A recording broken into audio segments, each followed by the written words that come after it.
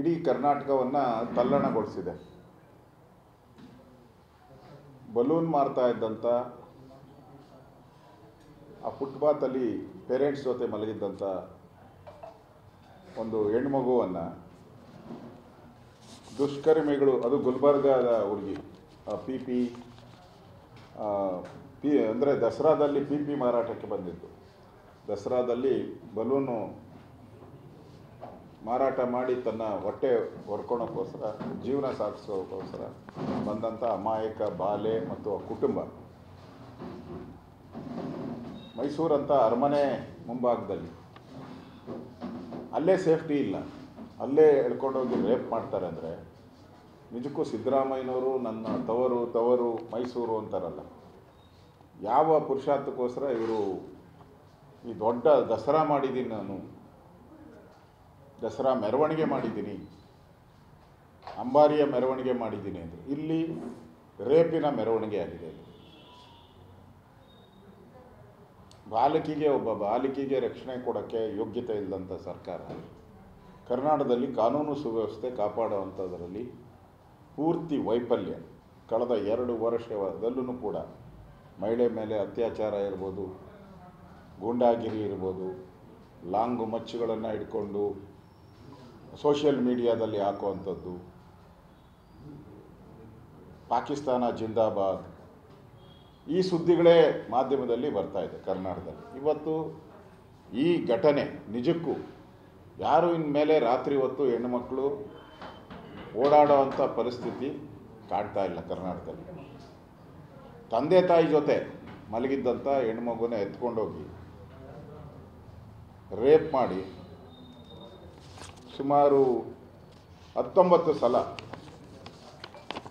19 police report ಪ್ರಕಾರ 19 ಸಲ ಇರಿದಿರೋ ಅಂಥ ಮಾಹಿತಿ ಬಂದಿದೆ. ಇಷ್ಟೆಲ್ಲ ಆಗ್ತಿದ್ರು ಕೂಡ ನೈಟ್ ಬೀಟ್ ಪೊಲೀಸರು ಏನು ಮಾಡ್ತಾಯಿದ್ರು?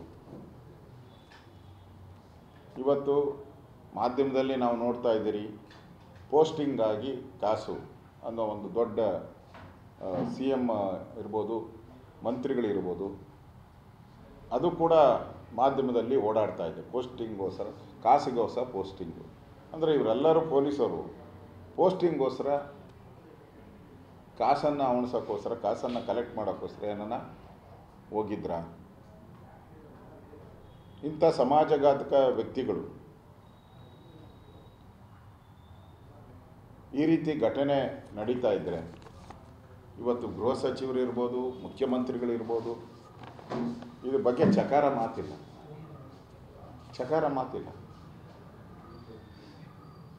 ಅಂದರೆ ಈ ಸರ್ಕಾರ ಕಾನೂನು ಸುವ್ಯವಸ್ಥೆಯನ್ನು ಕೈ ಚೆಲ್ಲಿರುವಂಥದ್ದಕ್ಕೆ ಸ್ಪಷ್ಟ ಉದಾಹರಣೆಯನ್ನು ನಾವು ನೋಡ್ತಾ ಇದ್ದೀವಿ. ಇದು ಕಾಂಗ್ರೆಸ್ ಪಾರ್ಟಿಗೆ ನಿಜಕ್ಕೂ ಒಂದು ಕಪ್ಪು ಚುಕ್ಕೆ ಇದೆ. ಅದು ಸಿದ್ದರಾಮಯ್ಯನವರ ತವರೂರಲ್ಲಾಗಿರೋವಂಥದ್ದು. ಇದೊಂದು ಕಪ್ಪು ಚುಕ್ಕೆ ಅನ್ನೋದನ್ನು ಸ್ಪಷ್ಟವಾಗಿ ನಾನು ಹೇಳೋಕ್ಕೆ ಇಷ್ಟಪಡ್ತೀನಿ. ಇದರಿಂದ ರಾಜ್ಯದಲ್ಲಿ ದುಷ್ಕೃತ್ಯಗಳನ್ನೇನೇನು ಮಾಡ್ತಾ ಇದ್ದಾರೋ ಅವ್ರಿಗೆಲ್ಲ ಇನ್ನಷ್ಟು ಪುಷ್ಟಿ ಬರ್ತದೆ. ನಮ್ಮನ್ನು ಯಾರು ಏನು ಮಾಡಲ್ಲ.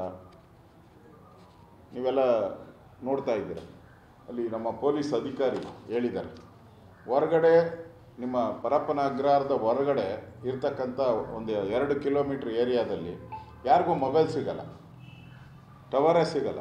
ನಾನು ಹೇಳ್ತಾ ಇರೋದು ಪೊಲೀಸ್ ಅಧಿಕಾರಿ ಸ್ಟೇಟ್ಮೆಂಟ್ ಇದು. ಪರಪ್ಪನ ಅಗ್ರಹಾರ ಸುತ್ತು 2-3 ಕಿಲೋಮೀಟ್ರು ಯಾರಿಗೂ ಟವರೇ ಸಿಕ್ಕಲ್ಲ. ಆದರೆ ಪರಪ್ಪನ ಅಗ್ರಹಾರದೊಳಗಡೆ ಟವರ್ ಸಿಗ್ತೈತೆ. ಇದೆಂಥ ಆಶ್ಚರ್ಯ. ಮತ್ತು ಅಲ್ಲಿ ಗಾಂಜಾ, ಅಫೀಮು ಎಲ್ಲ ಹೋಗ್ತಾ ಇರೋವಂಥದ್ದು. ಇದು 5 ಸ್ಟಾರ್ ಹೋಟ್ಲಾದಂಗೆ ಆಗ್ಬಿಟ್ಟಿದೆ. ಅಲ್ಲೇ ಬರ್ತ್ಡೇ ಪಾರ್ಟಿಗಳು, ಜೈಲೊಳಗಡೆ ಬರ್ತ್ಡೇ ಪಾರ್ಟಿ. ಇದನ್ನು ಸರ್ಕಾರ ಅಂತಾರೆ ಯಾರಾದರೂ? ಇದನ್ನು ಕಾನೂನು ಸುವ್ಯವಸ್ಥೆ ಅಂತಾರೆ? ಈ ಸರ್ಕಾರದಲ್ಲಿ ಕಾನೂನು ಸುವ್ಯವಸ್ಥೆ ಇದೆಯಾ? ಈ ಪ್ರಶ್ನೆಗಳು, ಈ ಮೈಸೂರು ಘಟನೆ ನಿಜಕ್ಕೂ ಕಾಂಗ್ರೆಸ್ ಪಾರ್ಟಿ ಸರ್ಕಾರ ತಲೆ ತಗ್ಗಿಸುವಂಥದ್ದಾಗಿದೆ. ಇಷ್ಟಾದರೂ ಕೂಡ ಸರ್ಕಾರ ಒಂದು ರೀತಿ ನಿದ್ದೆ ಮಾಡ್ತಾ ಇದೆ. ಇದೊಂದೇ ಘಟನೆ ಅಲ್ಲ, ಈ ಥರದ್ದು ಸಾವಿರಾರು ಘಟನೆಗಳ ನಡೆದಿದೆ. ಇದು ಖಂಡನೀಯ. ಸರ್ಕಾರ ಕೂಡಲೇ ಕ್ರಮ ತೆಗೆದುಕೊಳ್ಬೇಕಾಗಿತ್ತು. ಆದರೆ ಸರ್ಕಾರ ಇನ್ನು ನಿದ್ದೆಯಿಂದ ಎದ್ದ ರೀತಿ ಕಾಣ್ತಾ ಇಲ್ಲ. ಇದೊಂದು ಅವಮಾನೀಯ ಘಟನೆ. ಓಕೆ. ಇದರಲ್ಲಿ ದಸರಾ ಮುಗ್ದ ಬಳಿಕವೂ ಕೂಡ ಪೊಲೀಸರಿಗೆ ಮತ್ತಷ್ಟು ಜವಾಬ್ದಾರಿ ಇತ್ತು. ದೀಪಾಲಂಕಾರ ಮತ್ತಷ್ಟು ವಿಐಪಿಗಳು ಹೋಗ್ತಾ ಇದ್ರು. ಈ ರೀತಿಯಂಥ ಜವಾಬ್ದಾರಿಗಳು ಪೊಲೀಸರಿಗೆ ಮತ್ತು ಕೂಡ ಮುಂದುವರೆದಂಥ ಕಾರಣಕ್ಕಾಗಿ ಕಾನೂನು ಸುವ್ಯವಸ್ಥೆ ಕಡೆಗೆ ಪೊಲೀಸರಿಗೆ ಗಮನ ಹರಿಸಲಿಕ್ಕೆ ಸಾಧ್ಯವಾಗಿಲ್ಲ. ಪೊಲೀಸರಿಗೂ ಕೂಡ ದಸರಾ ಗೊಂಗಲ್ಲೇ ಉಟ್ಕೊಂಡಿದ್ದು ಅನ್ನೋಂಥ. ಅಲ್ಲ, ದಸರಾ ಗೊಂಗಲ್ಲೇ ಇದ್ದರೆ ಪೊಲೀಸರು ಜಾಸ್ತಿ ಅಲರ್ಟ್ ಇರಬೇಕು. ಇಡೀ ಮೈಸೂರು ಬೆಳಕು, ಜಗ ಜಗ ಅನ್ನೋ ಬೆಳಕು, ಲಕ್ಷಾಂತರ ಲೈಟ್ಗಳಿದೆ ಈಗ. ಇಷ್ಟೆಲ್ಲ ಲೈಟು, ಬೆಳಕು, ಪೊಲೀಸು ಕಾವಲು, ಬಿರಿಪ ಮೈಸೂರು ಪೊಲೀಸವರಲ್ಲ, ಸುತ್ತಮುತ್ತ ಇಲ್ಲ ಜಿಲ್ಲೆಯಲ್ಲಿರೋ ಪೊಲೀಸ್ನೆಲ್ಲ ಅಲ್ಲಿ ಹಾಕಿದ್ದಾರೆ. 4-5 ನನಗಿರೋವಂಥ ಮಾಹಿತಿ ಪ್ರಕಾರ ಸುತ್ತೂ ಇರೋ 4-5 ಜಿಲ್ಲೆಗಳ ಪೊಲೀಸರು ಕೂಡ ಅಲ್ಲಿದ್ದಾರೆ ಈಗ. ಇಷ್ಟಿದ್ದರೂ 4-5 ಜಿಲ್ಲೆ ಪೊಲೀಸರು ಇದ್ದರೂ ಈ ಘಟನೆ ನಡೀತಾ ಇದೆ ಅಂತಂದರೆ ಈ ಸರ್ಕಾರಕ್ಕೆ ಮಾನ ಮರ್ಯಾದೆ ಇದೆಯಾ, ಗೌರವ ಇದೆಯಾ? ಅದು CM ತವರು ಜಿಲ್ಲೆಯಲ್ಲಿ. ಇವ್ರಿಗೆ ಪ್ರಧಾನಮಂತ್ರಿ ಮನೆ ಮುಂದೆ ಹಳ್ಳ ಇರೋದನ್ನು ಕಂಡುಹಿಡಿತಾರೆ. ಇವರು ಪ್ರಧಾನಮಂತ್ರಿ ಮನೆ ಮುಂದೆ ಹಳ್ಳ ಇರೋದು ಕಂಡುಹಿಡಿತಾರೆ. ಇಲ್ಲಿ ಒಬ್ಬ ಬಾಲಕಿಯ ರೇಪ್ ಆಗೋದನ್ನು ಕಂಡುಹಿಡಿಯೋಕ್ಕಾಗಲ್ಲ ಇವ್ರ ಕೈಲಿ.